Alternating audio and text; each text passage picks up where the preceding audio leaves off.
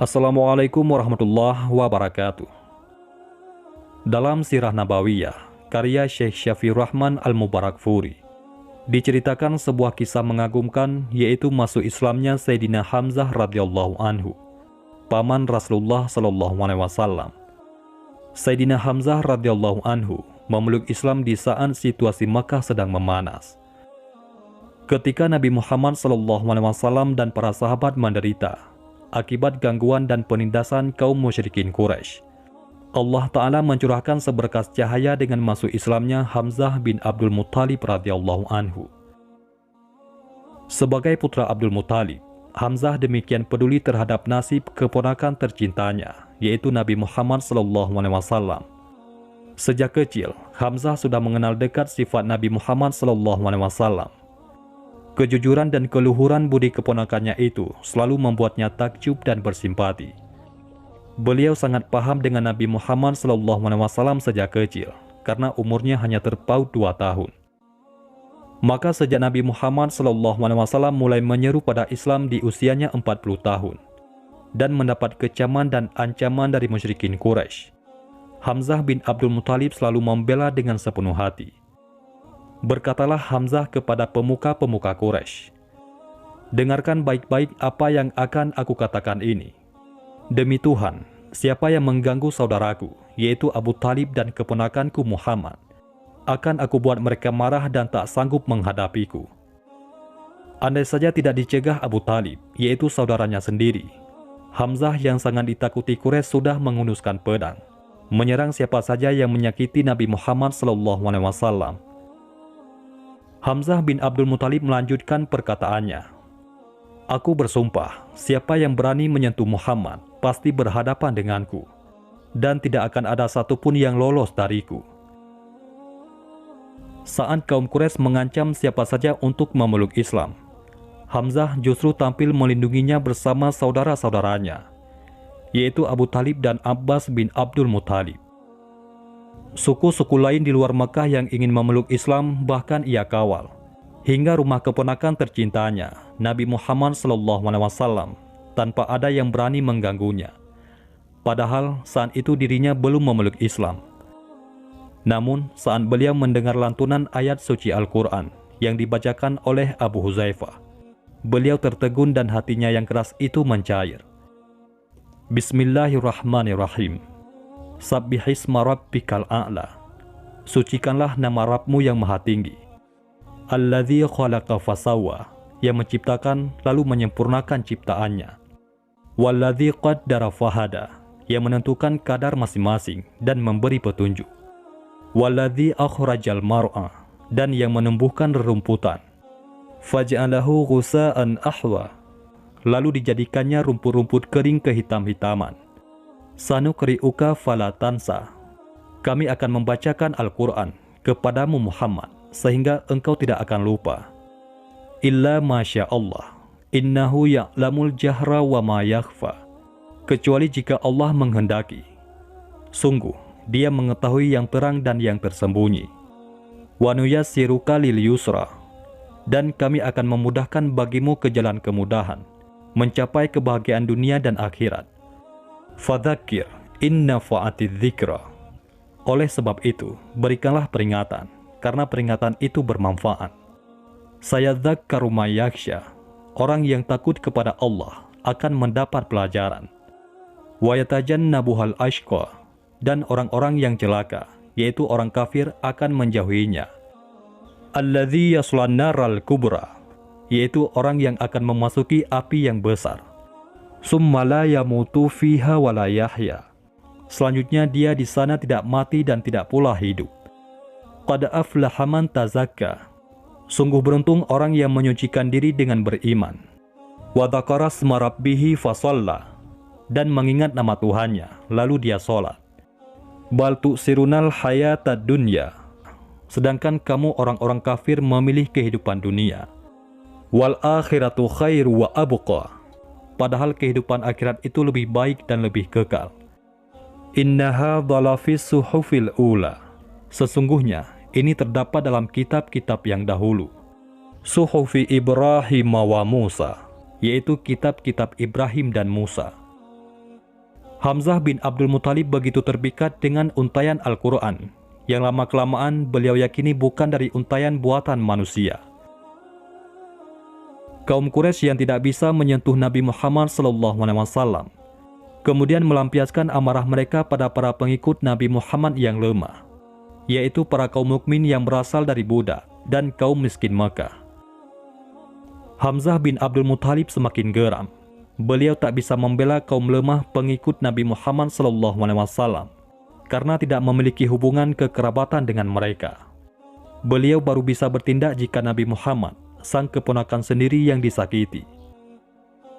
Hingga suatu ketika, Abu Jahal yang paling membenci Nabi SAW tak kuasa menahan diri hingga mencaci dan menyakiti Nabi Muhammad SAW. Mendengar perlakuan Abu Jahal, Hamzah bin Abdul Muthalib yang baru tiba dari berburu begitu marah dan langsung menuju Darun Nadwah, yaitu tempat berkumpulnya petinggi Quraisy. Hamzah langsung menghampiri Abu Jahal dan memukulnya bertubi-tubi dengan busurnya hingga tersungkur dan berdarah. Hamzah bin Abdul Muthalib berkata, "Hai si Hinadina, beraninya kau mencaci maki keponakanku, padahal aku sudah memeluk agamanya. Kata-kata dia adalah kata-kataku juga. Rasakan pembalasan dari keluargaku." Seluruh petinggi Quraisy terkejut dengan keberanian Hamzah. Mereka semakin terkesima ketika Hamzah dengan amarahnya tiba-tiba mengucapkan kata-kata yang mengagetkan, bahwa dirinya seorang pengikut Nabi Muhammad SAW.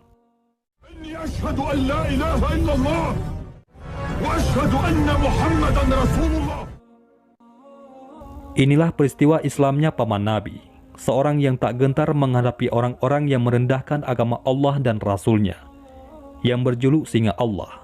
Dialah Hamzah bin Abdul Muthalib. Kabilah Abdu Syam, yaitu keluarga besar Abu Jahal, segera bertindak melindungi dan akan membalas. Namun Abu Jahal melarang karena dia telah menyakiti keponakan Hamzah. Sejak saat itu, Hamzah bin Abdul Muthalib selalu mendampingi keponakannya, yaitu Nabi Muhammad SAW, dalam suka maupun duka, yang menjadi perisai bagi tangan-tangan yang akan menyakiti Nabi. Keberanian dan ketangkasannya yang menakutkan Quraisy membuka pintu bagi penduduk Makkah dan suku lain yang ingin memeluk Islam. Kaum musyrikin Quraisy semakin keras menindak para pengikut Islam dari kaum lemah. Andai saja tidak dilarang oleh Rasulullah SAW, Hamzah tentu sudah bertindak dengan pedangnya. Hamzah yang tidak kuasa menahan diri dari tindakan bengis Quraisy sangat mematuhi petuah keponakannya, Rasulullah Muhammad SAW, yang selalu memintanya agar bersabar, sekalipun harus menjalani hidup sengsara di lembah Abu Talib, saat kaum Quraisy memboikot Nabi dan keluarga besar Bani Hashim selama 3 tahun lamanya. Sayyidina Hamzah berkata, "Andai saja Rasulullah tidak memerintahkan kita untuk bersabar, maka akan aku datangi Quraisy yang memboikot kita, dan aku robek kertas kesepakatan pemboikotan. Aku memohon untuk memerangi kaum Quraisy." Lalu Rasulullah menjawab, "Bersabarlah, janji Allah itu benar." Saat Rasulullah SAW memerintahkan hijrah ke Madinah, Sayyidina Hamzah pun mentaatinya dengan sepenuh hati, sekalipun sebenarnya beliau mampu menghadapi kaum Quraisy. Di Madinah, Sayyidina Hamzah bersama kaum muslimin membangun kota Madinah sebagai basis dakwah Islam.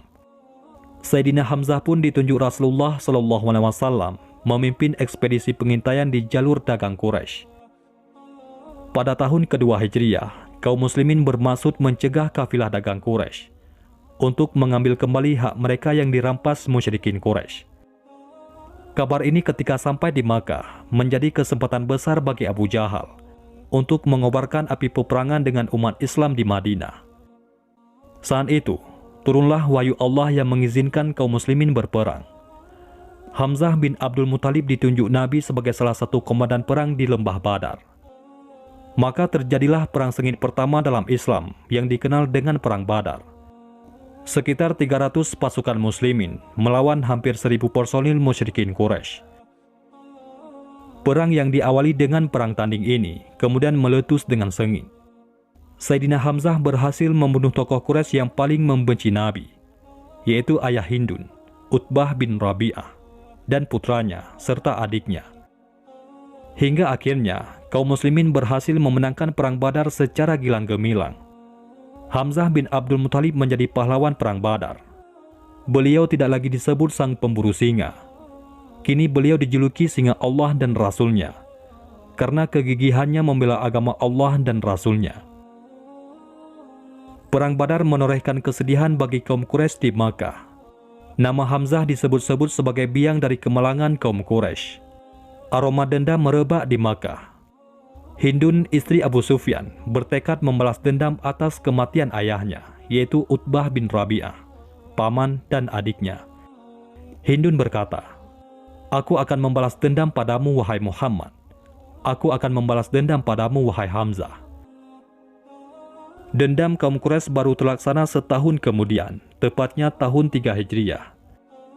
Kaum Quraisy pimpinan Abu Sufyan berhasil menghimpun sekitar 3.000 pasukan. Mereka bergerak ke Uhud di Madinah. Rasulullah SAW dan Hamzah bin Abdul Muthalib menjadi sasaran utama kaum Quraisy dalam peperangan ini. Perang berlangsung sengit. Wanita musyrikin Quraisy menyemangati dari belakang pasukan dengan cara menabuhkan rebana. Sayyidina Hamzah diserang oleh banyak musuh. Tapi dengan gagahnya, beliau berhasil menumpas satu persatu musuh-musuh Islam. Tidak ada yang bisa mengalahkannya. Sejarah mencatat, tidak kurang dari 30 musyrikin Quraisy mati di tangannya. Kemenangan sudah di ambang pintu. Andai saja para pemanah muslimin yang ditempatkan di Bukit Uhud tidak meninggalkan tempat, lantaran tergiur harta rampasan, tentu kaum muslimin memenangi perang ini. Dalam kondisi inilah, tanpa disadari Hamzah, ada seorang bernama Wahsy yang diam-diam telah mengincarnya dari kejauhan. Sayyidina Hamzah menjadi bidikan tombak Wahsy. Hingga saat sang singa Allah itu lengah, tombak Wahsy melesat dan menancap di perut Hamzah bin Abdul Muthalib. Paman tercinta Nabi ini berusaha sekuat tenaga bangkit untuk menyerang Wahsy. Tapi tombak Wahsy begitu dalam melukainya, sehingga hanya beberapa langkah saja Hamzah kemudian tumbang menghembuskan nafas terakhirnya. Kaum muslimin berdesak hingga berlindung di atas Bukit Uhud. Rasulullah SAW sendiri terus diburu hingga terluka parah. Sekitar 70 orang kaum muslimin gugur sebagai syahid. Jasad Sayyidina Hamzah yang terbaring di antara jenazah kaum muslimin lainnya dihampiri Hindun. Dengan dendam menyala, dikoyaknya tubuh Hamzah untuk kemudian dikunyah jantungnya, namun dimuntahkan kembali. Usai peperangan, Rasulullah SAW dan para sahabatnya bersama-sama memeriksa jasad dan tubuh para syuhada yang gugur. Langkah Rasulullah SAW terhenti di depan jasad paman tercintanya, yaitu Hamzah bin Abdul Muthalib. Air mata Rasulullah menetes di kedua belah pipinya. Tidak sedikit pun terlintas di benak beliau bahwa moral bangsa Arab telah merosot sedemikian rupa, hingga dengan teganya berbuat keji dan kejam terhadap jasad paman beliau SAW. Rasulullah SAW bersabda, "Penghulu para syuhada pada hari kiamat adalah Hamzah bin Abdul Muthalib." Ketika Sayyidina Hamzah wafat, turunlah ayat Al-Quran di mana Allah Azza wa Jalla berfirman, "Janganlah kamu mengira bahwa orang-orang yang terbunuh di jalan Allah Azza wa Jalla mati. Bahkan mereka hidup. Di sisi Allah mereka diberi rezeki." Quran Surah Ali Imran ayat 169. Ibnu Abbas radhiyallahu anhu berkata, ayat ini turun berkenaan dengan wafatnya Hamzah radhiyallahu anhu dan para sahabat. Demikian kisah masuk Islamnya Sayyidina Hamzah yang sangat mengagumkan. Semoga kita bisa memetik hikmah dan iktibar dari keteguhan beliau membela Islam dan Rasulullah SAW. Wallahu a'lam bishawab. Mudah-mudahan ini semua bermanfaat. Assalamualaikum warahmatullahi wabarakatuh.